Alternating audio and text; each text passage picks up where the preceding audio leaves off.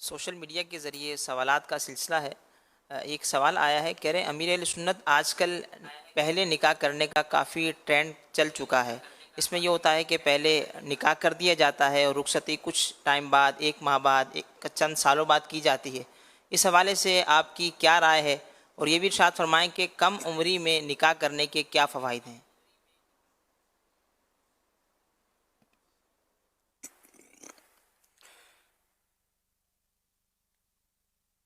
نکاح کے بعد رخصتی یہ اپنی اپنی قوموں کا مطلب یہ نہیں کہ غالباً یہ رواج ہوتے ہیں۔ ہمارے یہاں میں سے میں نے جو نوٹ کیا وہ یہ کہ نکاح کے بعد فوراً رخصتی ہو جاتی ہے۔ یہ تو مجھے بہت بعد ابھی چند سال پہلے پتا چلا کہ نکاح اور شادی دو الگ الگ سلسلے ہیں۔ یہ میں اپنی بات کر رہا ہوں کہ ہم تو شادی مبارک ہی بولتے تھے، اور نکاح اور وہ پھر رخصتی سیم ڈے۔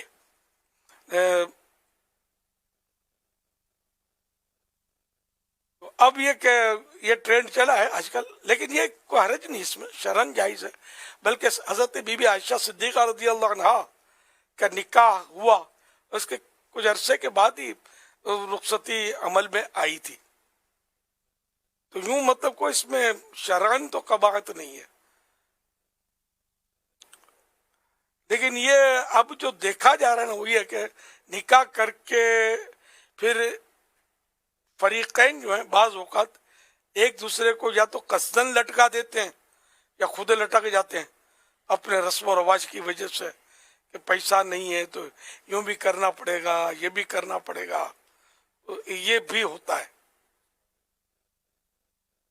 ویسے اب میں بولوں اس میں ظاہر ہے کہ شرعاً تو دونوں صورتیں جائز ہیں، کہ نکاح کے بعد رخصتی ہو جائے فوراً تو بھی درست ہے، کچھ اگر وقفہ ہو جاتا ہے تب بھی جائز ہے۔ اس میں میری اپنی رائے کیا دوں، لیکن میری رائے یہ ہے ذاتی کہ شاید نکاح کے فوراً بعد رخصتی ہو جائے تو اچھا ہے، کیونکہ آج کل حالات ایسے ہو گئے اور رسم و رواج اتنے بڑھ گئے ہیں کہ بس الامان ولا فیس۔ اب نکاح کے بعد جب تک رخصتی نہیں ہوتی اس کے اپنے رسم و رواج ہوتے ہیں، اور اس میں جو پستا ہے نا وہ لڑکی والا فریق یہ زیادہ پستا ہے۔ اب مثال کے طور پہ آم کا سیزن آیا، اب یہ کہ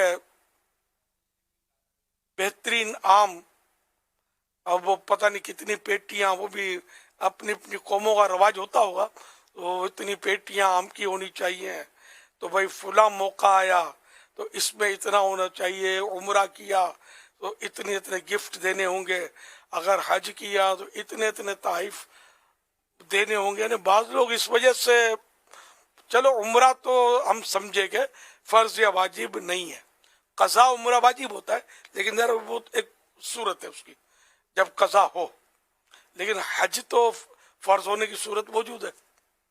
تو رسم و رواج کی وجہ سے بعض بیچارے حج کرتے ہوئے ڈرتے ہیں کہ حج کا خرچہ اتنا اور تحفوں کا خرچہ اتنا، یعنی مبالغہ ہو یا جو بھی ہو کہ حج سے زیادہ یہ تحفے دینے کا خرچہ ہو جاتا ہے۔ سپوز کرو کہ حج پر اگر 5 لاکھ خرچہ ہے تو 10-12 لاکھ روپے کے گفٹ بھی دینے ہوں گے، ساس کو اتنا، تو نند کو اتنا، تو خود اپنی ماں کو اتنا، تو بہن کو اتنا، تو پھوپھی کو اتنا۔ یہ خاندانوں میں اس طرح کے رسم و رواج بھی پائے جاتے ہیں۔ تو اب یہ کہ وہ بیچارہ حج کرنا ہوگا، اس کو فرض ہے، تو یہ رسم و رواج ظاہر فرض و واجب نہیں ہوتے، لیکن یہ کہ ایسا چل رہا ہے معاشرے میں۔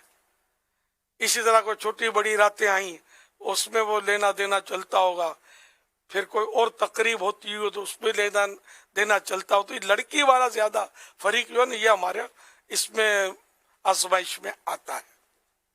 تو اگر نکاح کے بعد جلدی رخصتی ہو جائے گی تو شاید وہ رسم و رواج وہ زیادہ نہیں ٹکیں گے۔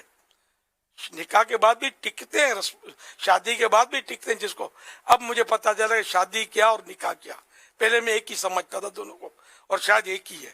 شادی یہ عربی لفظ نہیں ہے، یہ فارسی یا جو بھی اردو میں مستعمل ہوتا ہے، اردو میں، گجراتی میں، میمنی میں، اور بھی پتہ نہیں کن کن زبانوں میں لفظ شادی جو ہے نا یہ استعمال ہوتا ہے. نکاح یہ عربی لفظ ہے، لیکن نکاح بھی تقریباً زبانوں میں یوز ہوتا ہے، تو اس کو الگ الگ کر دیا گیا ہے. اب یہ کچھ عرصے سے میں نوٹ کیا کہ الگ ہو گیا یہ. تو میرا انڈیا پوچھا گیا تو میں نے یہ عرض کیا کہ نکاح کے بعد جلدی اگر رخصتی ہو جائے تو شاید بہت سارے رسم و رواج سے بھی نجات ملے. پھر یہ وہی کہ پھر تاخیر در تاخیر در تاخیر. تو اب یہ کہ جب ایک نکاح ہو گیا، ایک دوسرے کے لیے حلال ہو گئے، تو شاید یہ پھر بھی باتیں بھی نہیں کرنے دیتے ہوں گے، فون پر بھی گفتگو نہیں کرنے دیتے ہوں گے. حالانکہ اب یہ کہ دونوں کا جب نکاح ہو گیا تو ابھی ایک دوسرے کے لیے بات چیت کرنا اور یہ سب حلال ہو گیا. بہت کچھ حلال ہو گیا جو شریعت نے حلال کیا ہے، لیکن یہ کہ اس کے لیے یہ رسم و رواج جو ہے نا بہت بڑی دیوار بن کے کھڑی ہو جاتی ہے. اور یہ رسم و رواج کئی ایسے ہوتے ہیں جو شریعت جن کا مطالبہ نہیں کر رہی ہے. رسم و رواج وہ جائز ہوتے ہیں کہ جو شریعت سے نہیں ٹکراتے ہیں، لیکن بعض ایسے رسم و رواج ہوتے ہیں جس میں انسان آزمائش میں پڑ جاتا ہے. اور یہ سب جانتے ہیں. غریبوں کی بیٹیاں کیوں بیٹھی ہوئی ہیں اور بیچاریوں کی عمریں نکل جاتی ہیں. یہ صرف ہمارے یہاں کے رسم و رواج عام طور پہ یہی رکاوٹ بن رہے ہیں. اگر ان کا کوئی خاتمہ ہو جائے نا تو شاید امت بہت سکھی ہو جائے، لیکن اس کی وجہ سے امت دکھی ہے. گناہ بھی بہت ہو جاتے ہیں اس وجہ سے، اور یہ سب سمجھتے ہوتے ہیں جو میں کہہ رہا ہوتا ہوں. سماجی ادارے بعض اوقات کمپین بھی چلاتے ہیں ان کے بڑے، لیکن جب ان کا نکاح ہوتے ہیں نا تو یہ بیچارے خود اس میں مبتلا بھی ہو جاتے ہیں. سب نہیں لیکن بڑا دنیا دیکھی باری ہے، یہ ہو جاتے ہیں. تو پھر یہ جہاں تک پہنچے تھے نا وہاں سے پھر ان کو ریورس گیئر لگتا ہے اور وہیں پہنچ جاتے ہیں جہاں سے یہ چلے تھے، پھر یہ تنقید کا نشانہ بھی بنتے ہیں. تو اب یہ کہ یہ بس آوے کا ہوا بگڑا ہوا ہے. اللہ پاک کو ایسی سدھار کی ہوا چلا دے کہ جس سے ہم لوگ سدھر جائیں. اپنے ہاتھوں کیے سے ہم مطلب سزائیں پا رہے ہیں اور دکھی ہو رہے ہیں. گناہ در گناہ در گناہ در گناہ ہو رہے ہیں. اس کی لڑکی بھاگ گئی، اس کی بیٹی بھاگ گئی، اس کی بہن بھاگ گئی، وہ لے کر بھاگ گیا. یہ واقعات جو ہوتے ہیں یہ شریعت کے طے کردہ یا شریعت کے ہمیں ترغیب دلائے ہوئے اوقات میں نکاح رخصتیاں نہ ہونا یہ بہت بڑا سبب مجھے اس کا لگ رہا ہے. پھر مزید کوئی ایجوکیشن اور بے پردگی اور خاندان میں کزین اور سب آپس میں ایک دوسرے کو بھائی بہن کہہ کر ملنا جلنا، بلکہ جو بیچاری یا بیچارہ پردہ کرے تو اس کے لیے گلیاں تنگ کر دینا، راستے تنگ کر دینا، اس کو طنز کرنا، اس کو مذاق اڑانا، اس کو ملا بولنا، اس کو مولانی بولنا. جیسے پردہ جو ہے یہ ملا یا مولانی کے لیے ہے. قرآن اگر آپ پڑھیں گے تو آپ کو پتا چلے گا کہ پردہ کس کے لیے. پردہ اس کے لیے کہ جس نے اسلام قبول کیا ہے. جو اسلام چھوڑ دے اس کے لیے پردہ نہیں ہے نا، ایک طرح سے کہ اب اس پر وہ پردہ فرض نہ رہا. لیکن اسلام کا ہے کوئی چھوڑے گا کوئی؟ تو جو مسلمان ہے پردہ اس کے لیے.